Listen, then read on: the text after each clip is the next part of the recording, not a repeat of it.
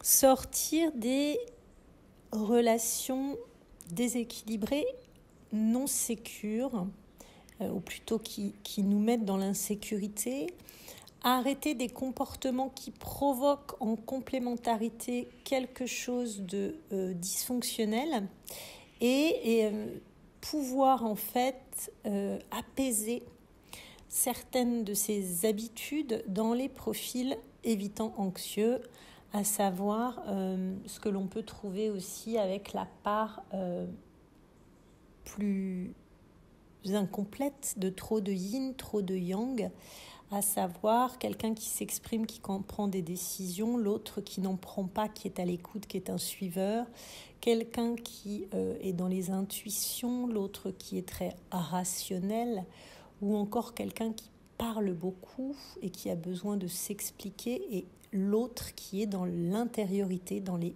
ressentis, dans les intuitions et la spontanéité de ce qui lui vient, et qui peut ne rien trouver de bizarre à une forme d'impulsion, de réaction sensorielle, alors même que de l'autre côté, il y a une rationalité, un côté cartésien très évident. Ces profils qui malheureusement sont très souvent dans le magnétisme et s'attirent en complémentarité vont chercher chez l'autre ce qu'elles ne peuvent pas apaiser, compenser, équilibrer par manque de capacité à se trouver stable. Donc c'est tout à fait normal que ça se produise, mais comment sortir de ça pour éviter justement ces erreurs à répétition, c'est-à-dire des duos dysfonctionnels qui vont nous amener dans des cercles vicieux de répétition de schémas, de ce qui ne fonctionne pas. Lorsqu'on a un profil évitant et qu'on préfère se maintenir à distance, c'est qu'on a un espace, un besoin d'espace d'intimité qui n'est pas constant d'abord et qui est relativement faible. C'est-à-dire, on va avoir besoin de mettre plus de distance. Non, l'espace d'intimité, est considéré comme jamais assez grand pour être confort. C'est-à-dire, l'évitant va au départ trouver quelqu'un qui lui plaît, se rapprocher et se rendre compte que, si l'autre donne suite et s'accroche en voulant renforcer cette proximité et se parler, se confier, s'ouvrir et être de plus en plus ensemble, il est probable que l'évitant va réactiver sa blessure de peur de perte de liberté, de peur de perte de son intégrité. Elle va avoir l'impression que son équilibre émotionnel est fragilisé, va se sentir envahi, annexé et contrôlé par l'autre, et va faire un grand pas vers l'arrière. Parce que dans le profil anxieux qui se rapproche et qui a pas de souci avec le fait de parler de lui, de ses émotions, être très proche et qui est plutôt fusionnel dans ses relations, ça va finalement être beaucoup trop pour le profil évitant.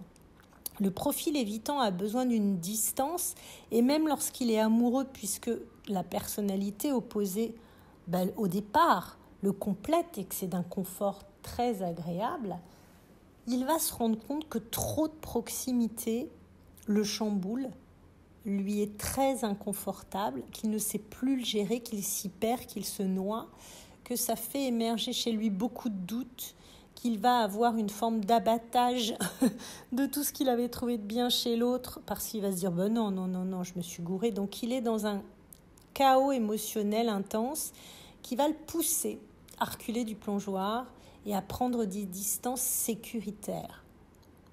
À ce moment-là, il retrouve son calme, tout ça s'apaise à l'intérieur, le magma retombe, il se retrouve à nouveau dans le besoin de communication, il revient.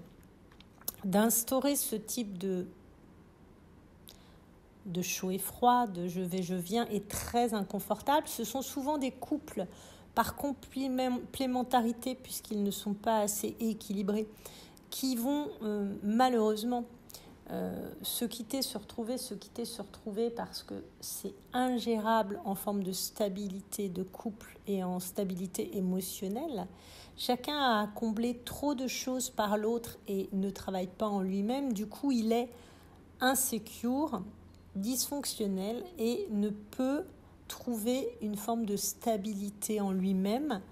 Néanmoins, quand il l'essaye avec l'autre, cela l'amène à combler quelque chose et ce n'est pas viable sur du long terme, d'autant que pour l'un c'est par à-coup et pour l'autre c'est je me scotche et je ne te décolle plus. Chacun réouvrant les peurs de l'autre, c'est intenable sur du plus long terme. De ce fait même, identifier ces schémas, les comprendre et surtout se dire « moi je manque de réassurance par moi-même, je manque aussi de capacité à laisser l'autre évoluer de son côté, je manque peut-être pour l'évitant à m'inclure dans certains projets communs, à m'investir, à partager, à m'ouvrir, à parler, à dire ce que je ressens. Je comprends un peu mieux que je fuis certaines émotions intenses et que je nivelle par une forme de radicalité sur je m'écarte plutôt que de voir comment ça se passe quand je me rapproche doucement. Et puis, pour l'anxieux, c'est je peux laisser de la place à l'autre, je lui fais confiance. Et lorsqu'il se met en stand-by ou qu'il me demande un peu d'espace, je ne suis pas en panique de perdre ce que j'ai trouvé. Sortir du schéma du chat et de la souris, c'est d'autant plus important que ça évite de se brûler à ce type de relation dysfonctionnelle. Voilà pour la capsule. Merci de mettre vos commentaires, de partager, de me dire ce que vous en pensez et quelles sont vos expériences sur le sujet. Très belle journée à tous. À bientôt sur ma chaîne. Bye bye.